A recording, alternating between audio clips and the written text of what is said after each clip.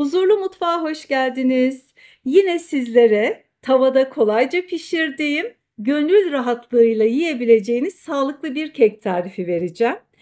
Rafine şekersiz ve glutensiz olan bu sağlıklı kek sosu döküldükten sonra gerçek bir pastaya dönüşüyor. Sizlerden rica ediyorum, tarifle ilgili düşüncelerinizi lütfen yorumlara yazın ve ayrıca beni hangi ülke ve şehirden izliyorsunuz? 2 tane yumurta kullanıyorum. Bu kek lezzetini 2 tane muz ve kuru üzümlerden alacak. Eğer siz az kişiyseniz ya da küçücük bir şey yapmak istiyorsanız tüm malzemeyi yarıya indirebilirsiniz. Yani bir yumurta, bir büyük muz ve diğer tüm malzemelerin yarısı olacak şekilde. Yarım çay bardağı sıvı yağ kullandım. Bu defa hep sızma zeytinyağı kullanırım. Fındık yağım vardı, ondan koyuyorum.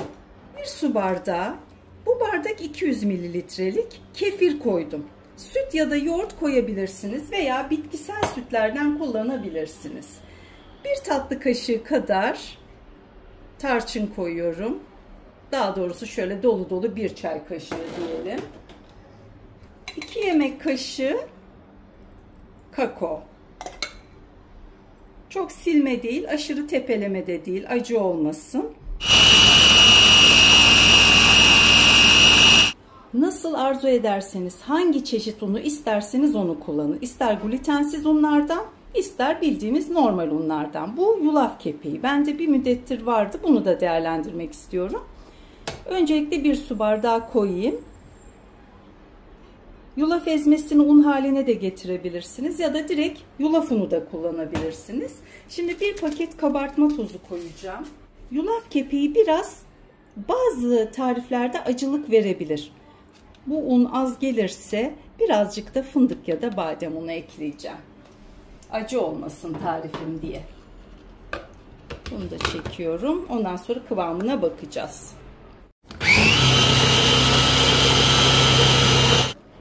Şimdi şöyle baktığımda bir keke göre çok sıvı bir kıvam görüyorum. Ayrıca bu keki tavada yapacağım. 40-50 tane tavada kekim vardır tarifi.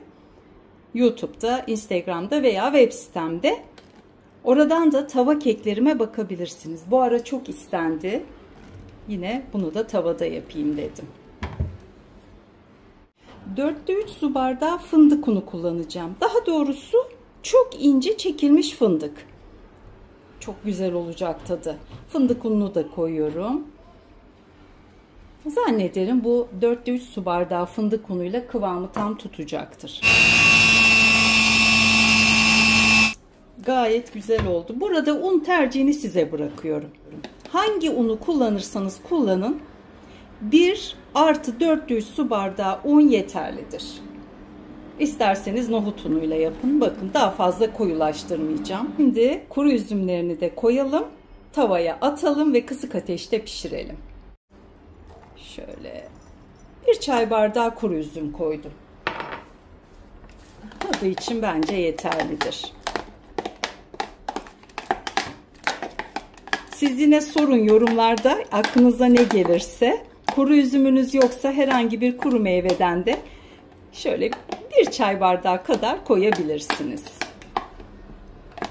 Ana fikir benden, farklılaştırmak sizden. Benim tava lezzetlerimi yapanlar bilirler ama benimle ilk kez denk gelecek ya da tavada keki ilk kez yapacaklar için tekrar ayrıntılarını söyleyeceğim. Ben çoğunlukla yağlı kağıt bile sermedim. Gayet güzel yağladım tavayı. Altına birkaç kat alüminyum folyo koydum. Bu defa yine ocağın küçük gözünde, kısık ateşte ama tavaya yağlı kağıt sererek pişireceğim. Bu güzel harcı tavaya güzelce yayıyorum. Bu tava 24 santim ve tam geldi bence. Kalınlık olarak da güzel olacak. Daha büyükle de yapabilirsiniz. 22 santimde yapmayın. Yani daha küçükte yapmayın. İçi pişmeyebilir. 26 ya da 28 santim büyük tavada da yapabilirsiniz. Tava büyüdükçe kekin kalınlığı da azalır. Şimdi ben bu bazı işlemleri burada yapmıyorum, mesela kamerayı kapatıp yapıyorum. Çoğu kişi uyarıyor, ziyan ettiniz vesaire. Hiç merak etmeyin, ben de senelerin ev kadınıyım. Kesinlikle hiçbir şeyi ziyan etmem. Evet, şöyle eşit oranda pişsin.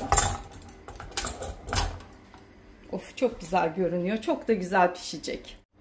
Uygun bir kapak üzerine kapatıyorum. Bu da bir tenceremin kapağı. Şu deliği de minicik bir kağıt havluyla tıkayacağım. Peçete daha yumuşak. Şöyle peçeteyi ayarladım. Hava almasın. Çok daha güzel fırındaymış gibi pişsin. Tencerenize ya da tavanıza göre, yani tencerede de yapabilirsiniz. Bu kapak eğer çok fazla nemlenirse lütfen onu arada şöyle bir silin. Ya da derin bir tencerede yapmak istiyorsanız kapağın altına bir tane bez koyun, mutfak bezi, nemi çeker. Çok derin oldukça çünkü buharlaşabiliyor. Yine benim kanalımda lütfen tavadaki keklere bir bakın. Hangi tarz ve hangi tencere size uyuyorsa onu kullanın. Alternatif çok. Huzurlu mutfak tavada kek diye yazdınız mı YouTube'da hepsi çıkacaktır. Şimdi tavaya da tencerelere direkt dökerek yaptığımız keklerin püf noktası. Bakıyorum 25 dakika geçti. Hiç ellemedim, hiç açmadım. Baktım kenarlar bir kurudu, rengi değişti. Şöyle bir kontrol edeyim dedim. Bakın ortaya doğru hafif elim yapışıyor. Gördüğünüz gibi. Orasının da kuruması lazım. Bu keki çevirmeyeceğim. Çünkü piştiği zaman hem içi hem de bu dış yüzeyi pişmiş oluyor. Bir daha onu çevirip de bu tarafını da kurutmaya gerek yok. Kapatıyorum. Sanıyorum 10 dakika içinde orta kısmı da kuruyacaktır. Ondan sonra bir çöp şiş ya da kürdan sokacağız ortadan ve bakacağız. Bu tava kekini size canlı canlı yaptım. Çoğunlukla çünkü videoları çekip sonradan seslendiriyorum. Şimdi tam 35 dakika oldu. Şöyle bir yaklaştırayım. Bakın kenarları oldukça koyulaştı. Yavaşça. Şöyle yaptığımda elim de ıslanmıyor. Bir çöp şiş ya da kürdan batıracağız. Ben şöyle yapacağım. En geç pişen ortası oluyor tava keklerinde. Bakın pişmiş. Bu kekin kırıntıları. Bu kek gayet güzel pişti. Şimdi altını kapatıyorum. Biraz kendini çeksin. Hiçbir çiğliği ortasında da kalmasın diye. Şöyle kapağını da kapatacağım. Bir 10 dakika böyle dursun. Bu arada ufak bir çikolata sos hazırlayacağım. Siz iyice soğutun. Öyle alın servis tabağına, ama benim arkadaşım kahveye gelecek. Ve ben böyle yaptığım gibi bunu alıyorum. Ve buraya koyuyorum. Kekim gayet güzel hazır. Üzerine ufak bir çikolata sos yapalım. İyice soğuduktan sonra da kenardan kağıtlarını açacağım ve servis edeceğim. Yarım su bardağı süt, 2 yemek kaşığı damla çikolata. Hem kakao hem de şekersiz bir kek olduğu için biraz tatlandırmak istiyorum açıkçası. Çeyrek çay bardağı kadar hurma özü. Herhangi bir öz kullanabilirsiniz. Ya da en son bal koyun piştikten sonra, siz bilirsiniz. Sütü kaynatmayacağız. İyice ısınınca kapatacağız. Çikolatalar içinde erisin. 2 dolu dolu kaşık damla çikolata koydum. Yaklaşık 60 gram oldu. Yani bir paket çikolataya denk geliyor. Bitter damla çikolata bu. Eğer sütlü olursa birazcık daha da tatlandırır. Çikolatalar erirken biz de kekimizi şöyle delelim. O kadar hafif bir dokusu var ki böyle tüy gibi. Çatal böyle içine çok rahat girip çıkıyor. Videoda buraya kadar geldiyseniz lütfen beğenmeyi, bir kalp, böcek, çiçek bile olsa yorum yazmayı unutmayın. Kanalıma abone olmak ücretsizdir. Eğer abone olursanız çok mutlu olurum. Abone olduğunuzda yanında bir bildirim zili çıkıyor. Lütfen onu da tümü diye işaretleyin. O zaman bütün tariflerimden hemen haberdar olabilirsiniz. şöyle döküyorum.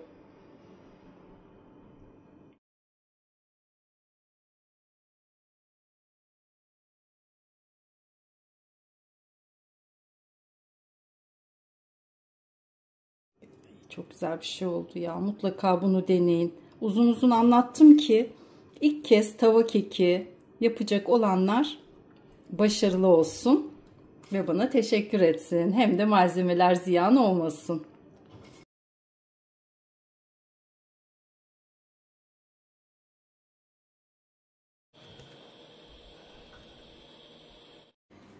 Kekimiz şimdi soğudu. O kadar lezzetli oldu ki anlatamam size. Şöyle gösteriyorum. Bakın. Tam soğudu. Buzdolabındaydı. Altına bakın. Ne bir yanma ne bir şey. Gayet güzel pişti. Üzümüyle, fındık unuyla, muzuyla nefis lezzette bir kek oldu. İnanın bu lezzeti çok pahalıya, eğer bu tarz bir tarifi hiç yapmadıysanız lütfen benimle birlikte yapmış olun. Misafirlerinize bol şekerli, zararlı ikramlar sunacağınıza benim yani Huzurlu Mutfak kanalından istediğiniz kek, kurabiye, tatlı, pasta tariflerini, börekleri hepsini bulabilirsiniz. İzlediğiniz için tekrar çok teşekkür ederim.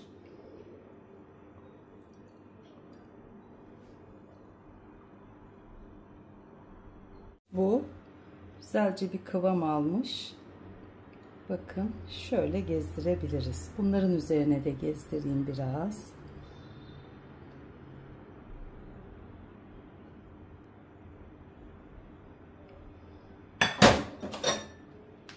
Nefis soslu.